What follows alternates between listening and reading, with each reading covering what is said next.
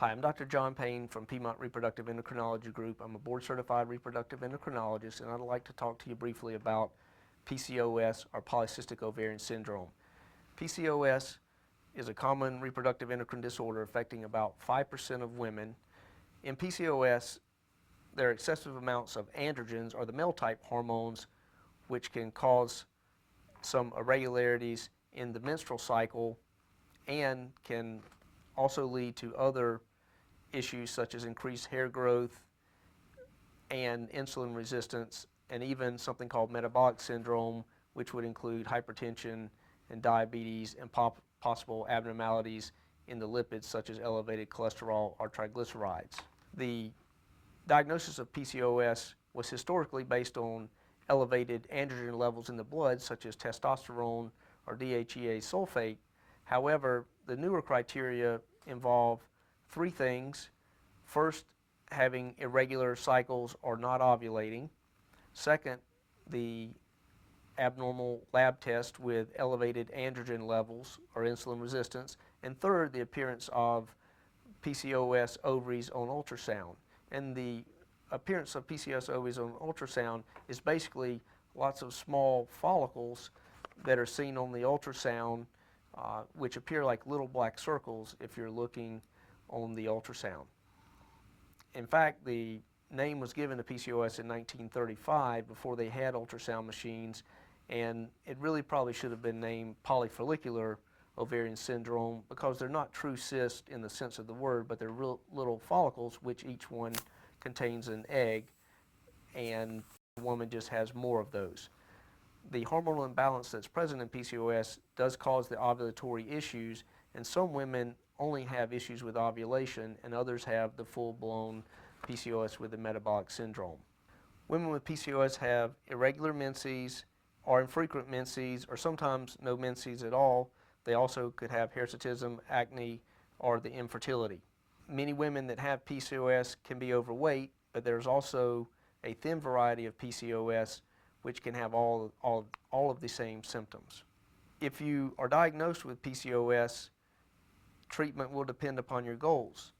Basically, there are those that would like to become pregnant and need infertility treatment, and there are others who are not at this time interested in pregnancy but need treatment for the PCOS to manage the other symptoms that were mentioned above. If fertility is your immediate goal, ovulation may be induced using medications such as clomiphene citrate or Clomid, or Femara or Letrozole. Also, ultrasound monitoring is usually performed with these medicines to help ensure ovulation, along with a blood progesterone test approximately a week later to confirm ovulation. If the patient has insulin resistance, we will also place them on metformin or glucophage to help decrease their insulin resistance, which can also help decrease their testosterone elevations as well. Many times women with weight loss and PCOS will find that their symptoms can resolve and they may ovulate spontaneously just with weight loss. Some other women will ovulate just on metformin, and some women will take metformin and Clomid or Femara at the same time, and occasionally some women will not even ovulate despite the fertility pills, and we require doing injections of gonadotropins to induce the ovulation.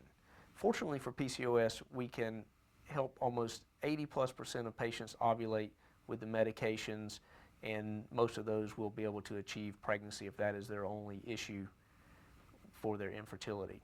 If infertility is not the immediate concern, then PCOS can be managed with medications hormonally, such as oral contraceptive pills, which will perform several good functions, including one, regulating the menstrual cycle and keeping the endometrium from becoming too thick, which over time could lead to increased endometrial cancer risk. So the birth control pills are protective against endometrial cancer.